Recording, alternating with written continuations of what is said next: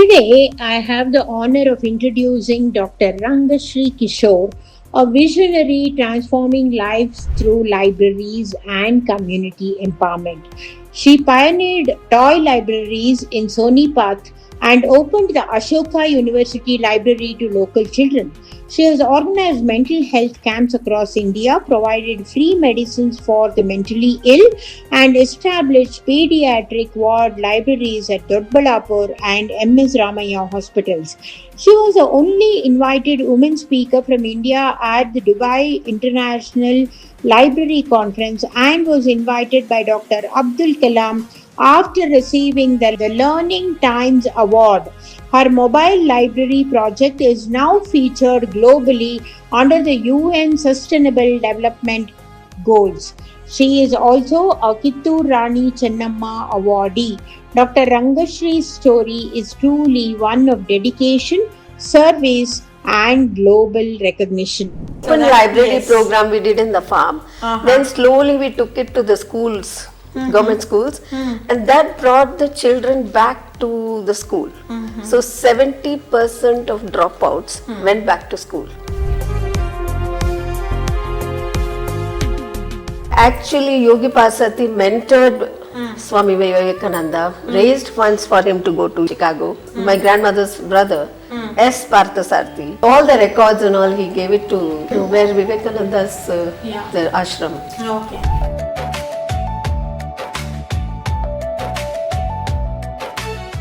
Give that respect and dignity, encourage them in the family or in the society, along with medication and therapy. Don't discriminate. Some families pass down traditions, some pass down the property, but a few pass down responsibility. And Dr. Rangashri Kishore comes from such a lineage, a family whose service, where service was not an occasional act but a way of life. A temple built by her great grandfather in 1904 still stands as a quiet reminder that faith must serve society.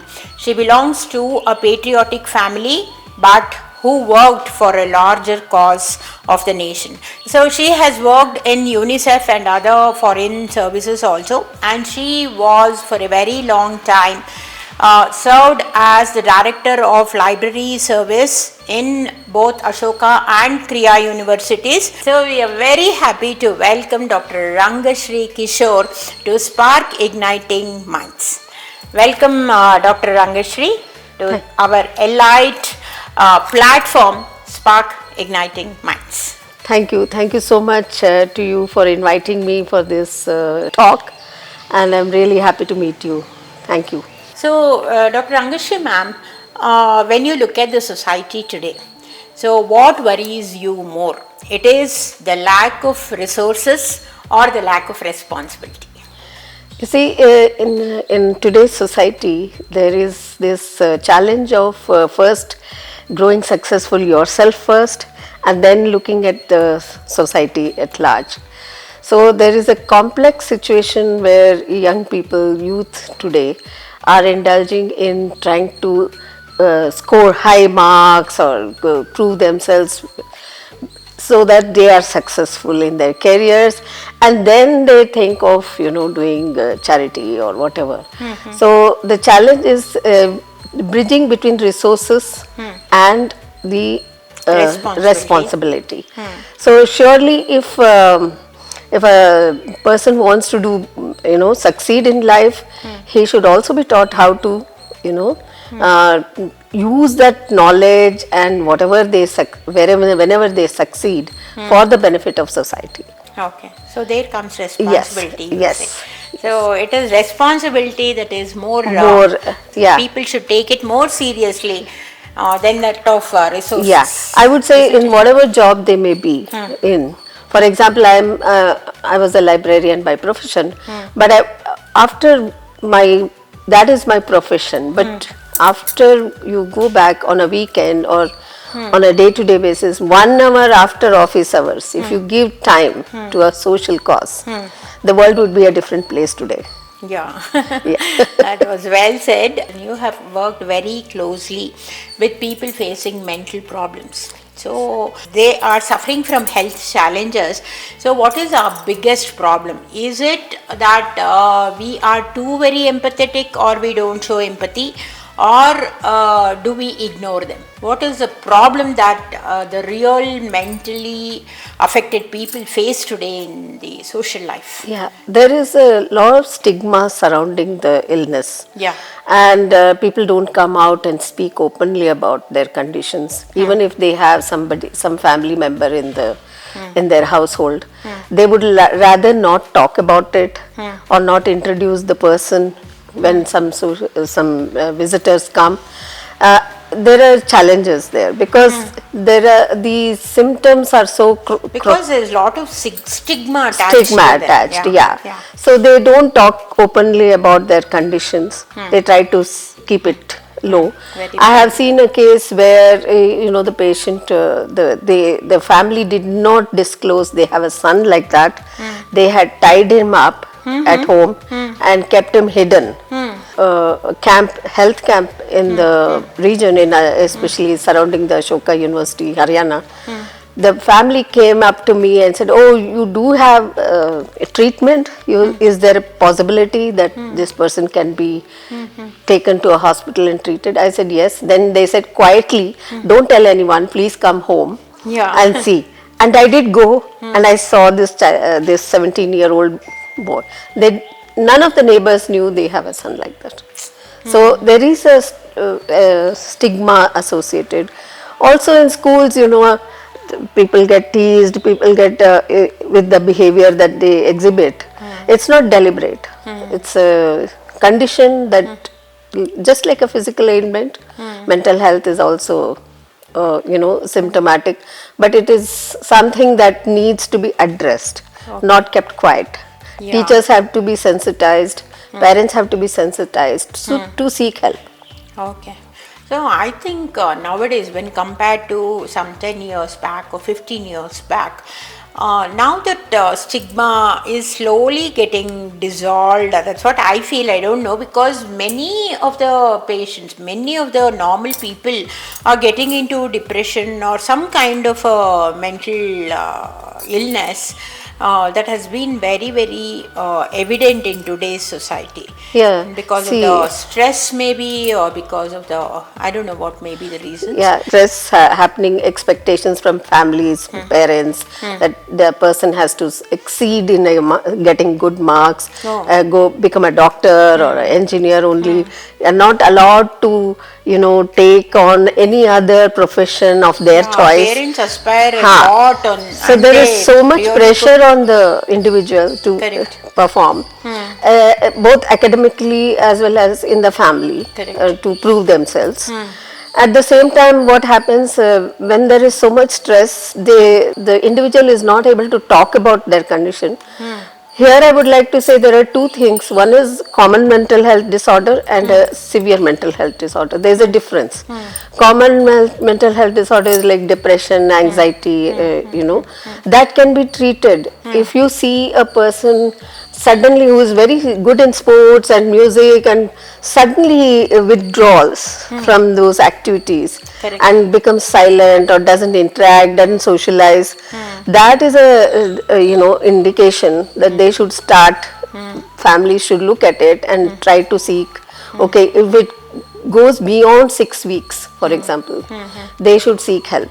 There is medication, treatment, and counseling, and if they miss out on certain vocational, they lose touch, they can go back to their work. There is nothing that stops them to go back with some support, this professional support. Yeah. Hi everyone. If you've been enjoying these conversations with passionate thinkers, thought leaders, and inspiring minds from all walks of life, I'd love for you to subscribe and share this with someone who loves meaningful stories. We want to keep growing, and your feedback matters. Got ideas to make these interviews even better? Drop a comment or message me. Let's keep bringing brilliant perspectives to you and to the world. And success is different to different people, Yes. isn't it? So, in your work, how do you measure success? Is it when they accomplish something, or when somebody is improving, or when a human being feels that he is remaining in some kind of a dignity? So, what is success according to you? Yeah, success is indicative of impact. What you reach out, you treat the person in a certain way, give that respect and dignity, encourage them in the family or in the society. There is a marked improvement along with medication and therapy. Don't discriminate them. Don't be judgmental about this person because he is having a condition. Like if you know of a person, don't discriminate. Be inclusive, and be. Then there is a remarkable improvement in that person's condition. Then you see that you have achieved something. You have really contributed to the individual's success. That is for the people who are suffering with Yes, mental illness. yes.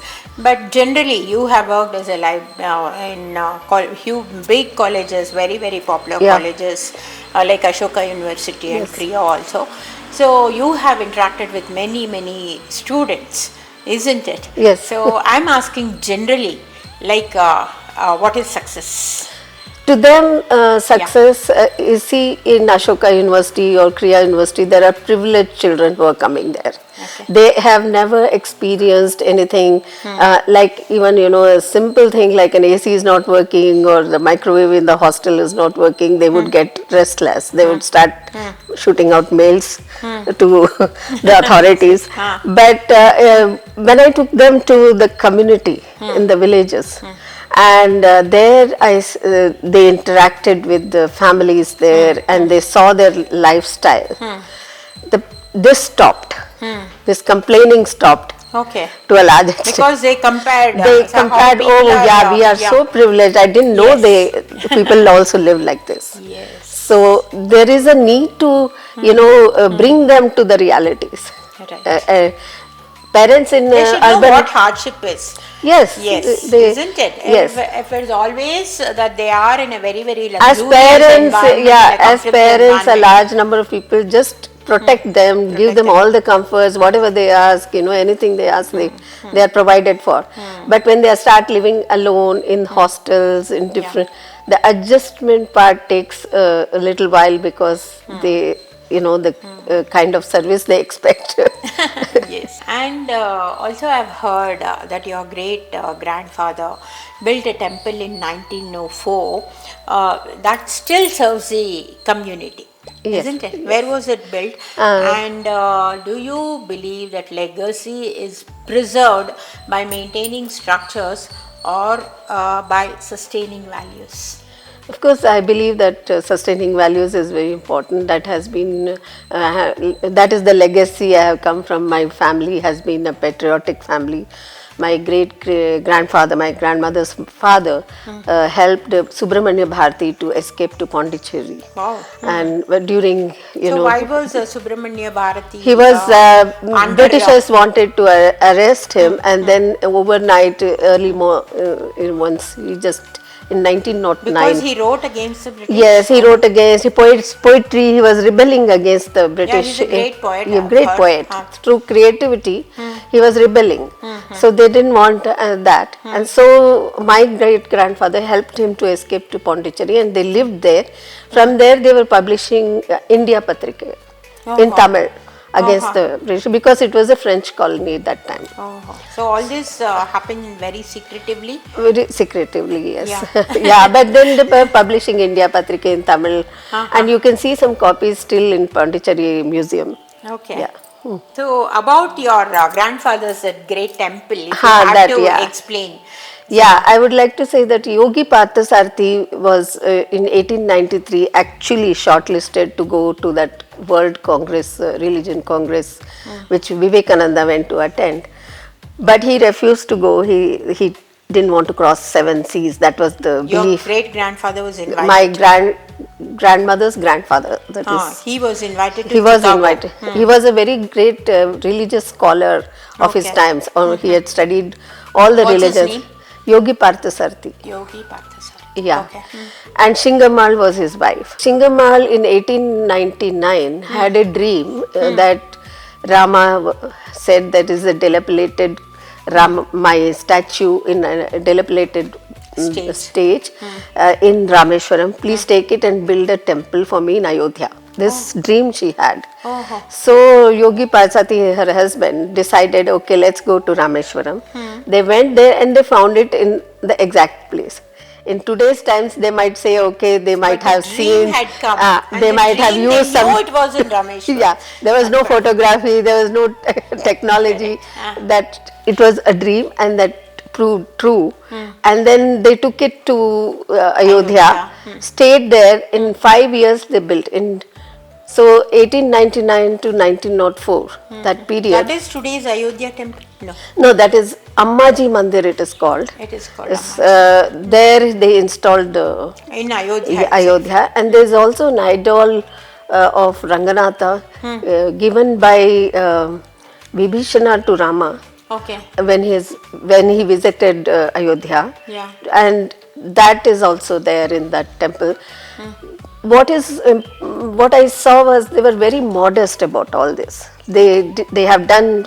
This They is a did not, great. They propagate did not or, propagate they- everything. Huh. But actually, Yogi Parsati mentored Swami Vivekananda, raised funds for him to go to Chicago. Is it? Yeah, there are letters and all that. And my grandmother's brother, S. Parthasarthi, he was a professor, and he lived in Chennai in the same house where his grandfather was living. So all the records and all, he gave it to Kolkata, that Museum? No, where Vivekananda's Yeah. place, the ashram. Okay. Yeah. So they have kept all these They records kept, there in the. they should have kept, I think. Yeah, you have never visited there Yeah, after. but some records are still there in the 8 volumes of Swami Vivekananda. Okay. Mr. Alshinger, who was the nephew of my Yogi Parthasarthi, had run around to assist Vivekananda to travel to. All these are there. So, but they never spoke. They were very modest about it. All their, I have only heard by word of mouth. Okay. In today's times, if you do that small kind things, of a family, where scholarly family and also very modest, So that- you have also achieved wonders, I can say. Yeah. so that is that's how I see it as, there's no need to talk too much about our achievements. We keep doing whatever is need to be done. No, but somebody should know somewhere, isn't Yeah, it? only to motivate. These awards are I only consider as a decoration pieces, but what I have to do, I keep doing. There is a need, and then I try to mobilize people to contribute. Oh, that's wonderful. So you also introduced mobile libraries in rural villages. Okay, so that is the most powerful change that you have brought out also. If you had to name the most powerful change you witnessed, was it knowledge or confidence or hope? Yes, I think the mobile library program was a really very worthy initiative, I would call. It's one of my dream that came true, because I saw in the isolated campus of Ashoka University, villagers were largely from agriculture background. Okay. So They used to come to the campuses. no, their manpower we hired for security, for housekeeping, they were all from the villages only. But none of the children who were going to the government schools were aware that there is what is a library. They hadn't even known what is a library. Or they would be taken to farm for helping them. Only for midday meal they would go to school. Oh. So here is where Child labor was very prevalent. yeah, I think, prevalent, and each household had about 30-40 buffaloes, cows and all, and the women woke up early morning, 4 a.m. They were working hard to keep the cattle and also go to the farm, and that's how the today when we eat food, I always remember them, their hard work behind. And in this scenario, I decided to write a proposal, and through the proposal, it got funded, and we initiated a mobile lab because the roads were good, tractors were going, so the roads were good. So mobile library was fitted with a 52-inch TV, which had where we could screen educational cartoons in Haryanvi language, as well as in show them some interesting stories, cartoons, and then make them read a book. Oh. So slowly So at least you gave them access to books. Yeah, open that- library yes. program we did in the farm. Then slowly we took it to the schools, government schools, and that brought the children back to the school. So 70% of dropouts went back to school because of this. Very nice. So this was featured in the library map of the world of IFLA, International Federation of Library Association, as one and only story to be covered as a SDGs story. And that I think we should replicate in other places because we have seen the impact of that kind of interest that you have developed in the students to come back to books, to come back to school, isn't it? So still this problem of child labor is very, very seen, obvious in many of the villages. I think this initiative will bring all these rural children back to the schools. And the parents also will have a kind of awareness. Yes, even we were training, we initiated one toy bank. Through toy bank, we initiated a toy library in some of the schools. And so that the teacher was trained to teach them maths and concepts, certain concepts using stories, using toys. So that also, instead of, somewhere we brought that gap. You bridged the gap. Yeah. That's wonderful, Dr. Rangashri. So you brought knowledge also, confidence and hope in the students, I can say.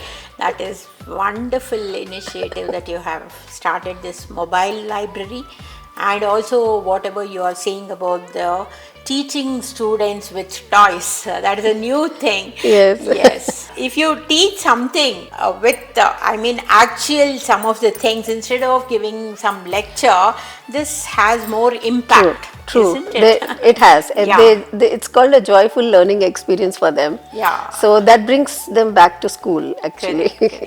So what is the real danger of an education system that produces skilled people without any compassion? See, as I said in the beginning, like we need skill is important. Skill is required. Yes, it is. But only skill without any kind of compassion, I don't think that serves the purpose. Yeah, wherever skills are being implemented. For example, I work now as a advisor to Read India, and I've been working with them since 2020.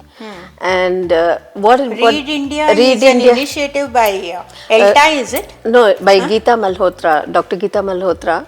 She set up, now presently they have 65 community library and resource centers across India. And it's not just a library, it is also having skill development. Like women's empowerment. There are tailoring courses, there are beautician courses, there are many things that they learn. Women in the community, in the rural areas come to learn, and children come to learn basic computer literacy. So this skill development is happening there, and it's an outlet for them to come away from their, there are domestic violence happening. So here they reach out, talk to the other people there, and they get a support. They have a social interaction. Social interaction. Yeah. And skill along with social support that they receive. And in educational institutions, if this is instilled, like you take the skill but you also contribute to society, go do internship in these places, learn about the problems and find solutions for it. Learn how to, if there is a problem, how do you overcome that? So your skill should also enable that. What you are learning, the teaching should include that part where they learn to overcome certain deficiencies.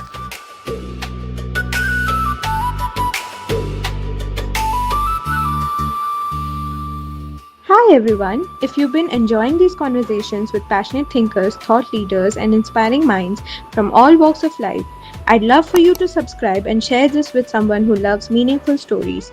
We want to keep growing, and your feedback matters. Got ideas to make these interviews even better? Drop a comment or message me. Let's keep bringing brilliant perspectives to you and to the world.